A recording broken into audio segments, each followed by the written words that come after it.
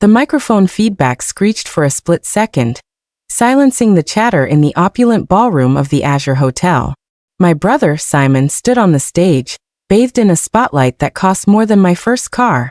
He was wearing a bespoke suit, his teeth whitened to a blinding degree, holding a glass of vintage champagne like a scepter. "Ladies and gentlemen," he boomed, flashing that charismatic smile that had fooled our mother for 30 years. "Tonight is about the future. It's about vision. It's about people who see value where others see nothing." He paused for effect. The crowd of tech investors, venture capitalists, and social climbers leaned in. "But first," he said, his eyes scanning the room until they landed on me, standing near the back by the kitchen doors, "I want to introduce you to my family. My wonderful mother, Sylvia." Applause. Mom waved regally from her front row seat, draped in pearls that I suspected Simon had bought with a credit card in her name. "And," Simon continued, his smirk widening, "my sister, Bella. She's here tonight too." Bella waved to everyone. I froze. I was wearing clean dark denim and a black blazer. Professional, practical. But next to the glitz of the Silicon Valley elite, I looked like the help. "Bella works in waste management," Simon chuckled, making air quotes. "She's our little trash tycoon. While I'm building the digital future, Bella is literally digging through garbage. But hey, someone has to take out the trash, right?" 200 people laughed. A few glanced at me with pity. Most just laughed. I felt the heat crawl up my neck. Trash tycoon. That was his favorite nickname for me. He said it to make me small. To remind me that while he dealt in algorithms and blockchain, I dealt in scrap metal and discarded circuit boards. What Simon didn't know, what nobody in this room knew, was that digging through garbage had built me an empire. My name is Bella Thorne. I own Phoenix Recycling Solutions. We specialize in e-waste, extracting gold, palladium, and rare earth metals from discarded electronics. We have contracts with 3 major government agencies and 5 global tech giants. Last year, my trash business generated $22 million in revenue. I have 60 employees, a state-of-the-art facility, and I could buy and sell Simon's digital future 3 times over before breakfast. But I never told my family. I wanted them to respect me for my grit, not my bank account. I wanted my mother to look at me with the same pride she looked at Simon, just once, without me having to bribe her with success. Spoiler alert. That never happened. To my family, I was just Bella the failure, the college dropout who played in dumpsters. Simon beckoned me closer. "Come on, Belle. Don't be shy. Grab a drink. Though maybe wash your hands first, yeah?" More laughter. My mother tittered behind her hand, that nervous, enabling laugh she used whenever Simon was cruel. "Oh, Simon, stop teasing her," she murmured, but she didn't stop him. She never did. I walked to the bar, head high, ignoring the whispers. "Is that really his sister? She looks so rough." I ordered a soda water. I needed a clear head. Tonight was supposed to be Simon's big night, the launch of his revolutionary crypto mining chip, the Ether. He claimed it was 500% more efficient than anything on the market. He was seeking $10 million in Series B funding. But as I looked around the room, I noticed something. The buzz wasn't excitement. It was nervous energy. The investors were drinking too fast. The demo units on the side tables were behind glass cases, turned off. And Simon. Simon was sweating. I took a sip of my water and felt a presence beside me. "Interesting presentation," a deep voice said. I turned. Standing next to me was an older Asian man in a sharp gray suit. He had kind eyes but a jawline that suggested he didn't suffer fools. "It's certainly theatrical," I replied neutrally. The man chuckled. "That's a polite word for it. I'm Mr. Chun." "Bella," I said, shaking his hand. His grip was firm. He looked at my hands, calloused, nails short and clean, no polish. "You work with your hands," he noted. "Rare in this room." "I work in recycling," I said, waiting for the sneer. Instead, his eyebrows shot up. "Recycling? A waste?" "Yes. Industrial scale." Mr. Chen's eyes lit up. "Wait. Phoenix Solutions? Is that you?" I blinked. "How do you know Phoenix?" "My company manufactures semiconductors," he smiled. "We buy reclaimed palladium from Phoenix." Your purity rates are the best in the industry. I signed a purchase order for $2 million with your firm last week. My jaw dropped slightly.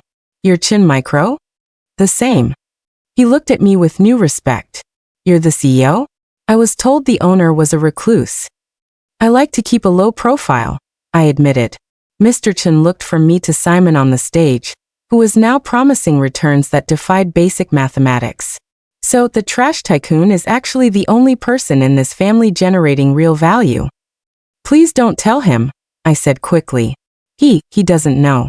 Mr. Chen nodded slowly. Your secret is safe. But Bella, you should know something. I didn't come here to invest. I came here to watch. Watch what? The crash, Chen said softly. Your brother approached my firm for a partnership. We ran due diligence on his chip. It doesn't work, Bella. It overheats. It draws too much power. The prototype is a brick. He's selling smoke. I felt a cold pit form in my stomach. Smoke? But he's raising millions. If the product is fake, then it's fraud, Chen finished. Ponzi scheme territory. And when it collapses, he won't be the only one hurt. He nodded toward the front row. Your mother. Is she an investor? I looked at Mom. She was beaming at Simon, clapping as he finished his speech. She looked older than the last time I saw her. Her dress was an old one, rehemmed. I don't know, I whispered. She shouldn't be. Dad left her a pension, but it's not huge. Find out, Chen advised. Before the SEC does. He walked away, leaving me standing in the shadow of my brother's ego with a terrifying realization. Simon wasn't just a jerk. He was a criminal. And he was dragging our mother down with him. I left the party early. I couldn't stand the sight of Simon preening while he stood on a trapdoor. I drove to my mother's house the next morning. The house, a modest bungalow she'd lived in for 40 years, looked tired. The paint was peeling. The garden, usually her pride and joy, was overgrown. Mom, I called out, letting myself in with my key. She was in the kitchen, staring at a stack of unopened mail. When she saw me, she jumped, sliding a letter under a placemat. Bella, you scared me. Sorry, I said. I just wanted to check on you. You looked tired last night. Tired? She laughed nervously. I was exhilarated. Did you see Simon? Everyone loves him. He's going to be a billionaire, Bella. A billionaire. Mom. I sat down opposite her. About Simon's company. Did you put money in? Her face closed off. That's none of your business. Simon is handling my finances now. He said I wasn't getting enough interest in the savings account your father left. Handling them how? I pressed. Did you sign power of attorney? Of course not, she scoffed. I invested. It's a loan. He's paying me 20% interest a month. Where else can you get that? 20% a month. That wasn't an investment. That was the classic structure of a Ponzi scheme. Paying old investors with new money to keep them quiet. Mom, I said gently. How much did you give him? She looked away. Just the equity. The equity? In the house. He said it was dead money sitting in the walls, she said defensively. He took out a reverse mortgage. He put it all into Ether Tech. It's going to double in 6 months, Bella. Then I can renovate the kitchen. Maybe even travel. I felt like I couldn't breathe. My brother had convinced our 68-year-old mother to mortgage her paid-off house and dump the cash into his fake company. If Ether collapsed, she wouldn't just be broke. She would be homeless. Mom, I said, trying to keep the panic out of my voice. Can I see the papers? Just to learn? Since I'm in business too. You're in garbage, Bella, she snapped. Simon is in finance. He knows what he's doing. Stop being jealous. Jealous? She thought I was jealous of the man robbing her blind. I left the house before I screamed. I sat in my car, gripping the steering wheel. I needed proof. Hard proof. I couldn't go to the police with just Mr. Chen's word. I needed to see the books. I drove to my office. Phoenix Solutions was a hive of activity. Trucks were unloading pallets of old servers. The refining machines hummed in the background. It was loud, dirty, and real. I called my head of security, a former forensic accountant named Marcus. Marcus, I said. I need you to look into Ether Tech Deep Dive. Simon Thorne. Personal accounts, offshore holdings, everything. The brother? Marcus asked. He knew the stories. The brother. He mortgaged my mom's house. I think he's running a Ponzi. On it, Marcus said. Give me 48 hours. 2 days later, Marcus walked into my office. He didn't look happy.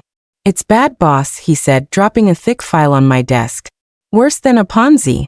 It's a house of cards built on a swamp. He opened the file. Simon hasn't developed a chip. He's buying cheap, generic processors from a supplier in Shenzhen, rebranding them with an Ether sticker, and showing them to investors as prototypes. He spent the investment money on, well, look. Photos. Simon's new penthouse. A Lamborghini. A yacht rental in Ibiza. Designer suits. And here's the kicker. Marcus pointed to a bank transfer log. Last week, he moved $500,000 to an account in the Cayman Islands. He's cashing out, Bella. He's preparing to run. When? I asked. He has a flight booked to Dubai in 4 days, Marcus said. One way. First class. 4 days. He was going to leave the country, leave the investors holding the bag, and leave our mother homeless. I felt a cold rage settle over me. It was a familiar feeling. The same feeling I had when people told me I couldn't build a recycling plant because I was a girl. The feeling that fueled my empire. He's not going anywhere, I said. We're going to stop him. How? Marcus asked. If we go to the cops now, he might get spooked and fly early. We need to trap him, I said. We need to get him in a room with his investors and the police at the same time. We need to make him confess. I remembered something. Simon had invited me, smugly of course, to a victory dinner at the yacht club on Friday night. It was supposed to be his send-off, though he framed it as a celebration of the series be closing. Friday, I said. The yacht club. Everyone will be there. Mom. The investors. Mr. Chen. What's the plan? Marcus asked. I smiled. It wasn't a nice smile. I'm going to introduce him to the real trash tycoon. I spent the next 2 days making calls. I called Mr. Chen. He agreed to help. I called a contact at the district attorney's office. A woman whose campaign I had donated to anonymously, of course. She was very interested in a multi-million-dollar fraud case involving seniors. And then I went shopping. I went to the most expensive boutique in the city. I bought a dress. Not practical. Not sensible. A blood-red silk gown that fit like a second skin. Stilettos that could pierce armor. Diamond earrings that caught the light like little stars. Friday night arrived. The yacht club was lit up like a Christmas tree. I pulled up in my work truck, my beat-up Ford F-150. The valet looked horrified. Delivery entrance is in the back, he sneered. I stepped out of the truck. The red dress flowed around my legs. I tossed him the keys. Park it, I said. And be careful. It's worth more than your attitude. I walked into the club. The room went silent. Simon was holding court at the head of a long table, laughing. Mom was next to him. When they saw me, Simon's jaw dropped. Mom looked confused. Bella. Simon stammered. You look expensive. I finished, walking up to the table. I know. It's a nice change from the garbage, isn't it? I took the empty seat opposite him. Start the dinner, Simon. I wouldn't want you to miss your flight. His eyes darted around. What flight? The one to Dubai, I said loudly. First class. Seat 1A. Leaving tomorrow morning at 6 a.m. The chatter in the room died instantly. I don't know what you're talking about, Simon laughed nervously. Mom, she's drunk. I'm not drunk, Simon, I said, pulling a file from my clutch. I'm informed. I stood up. Ladies and gentlemen, my brother invited you here to celebrate his success. But I think we should celebrate his creativity instead. I threw the file onto the table. It slid across the white tablecloth and stopped in front of Mr. Chen. Open it, I said. Mr. Chen opened the file. He pulled out the photos of the rebranded cheap chips, the bank statements showing the Cayman transfers, the reverse mortgage on Mom's house. This is fraud, Mr. Chen announced, his voice carrying to the back of the room. He's buying generic parts for pennies and selling them as proprietary tech. And he's funneling your money offshore. Lies, Simon screamed, standing up. She's jealous. She's a garbage collector. She doesn't know anything about tech. I know enough to spot a fake, I said. And I know you stole $200,000 from our mother. Mom stood up, trembling. Simon? Is this true? The house, you said it was safe. It is safe, Mom. Simon shouted, sweat pouring down his face. She's trying to ruin me. Look at the transfer, Mom, I said gently. Look at the date. He moved your money to an account called Apex Holdings in the Caymans yesterday. Mom looked at the paper Mr. Chin held up. She saw her life savings, her home, her security, converted into a wire transfer code. She made a sound like a wounded animal. How could you? She whispered. Simon looked around the room. He saw the investors standing up, phones out. He saw the anger. He saw the trap. He bolted. He ran for the patio doors. Not so fast, a voice said. 2 men in suits stepped in from the terrace. And 2 uniformed officers walked in from the kitchen. Simon Thorne, the lead detective, said. You're under arrest for securities fraud, wire fraud, and elder abuse. Simon stopped. He looked back at me. His eyes were wide with shock. How did you? I told you, I said, walking closer to him. I'm in waste management. And I know how to spot something that belongs in the trash. They cuffed him. Right there in front of the yacht club elite. As they dragged him away, he was still screaming that he was a visionary. Mom collapsed into a chair, sobbing. I lost everything. The house, it's gone. I knelt beside her. I took her hands. They were rough, like mine. The house isn't gone, Mom, I said. But the mortgage.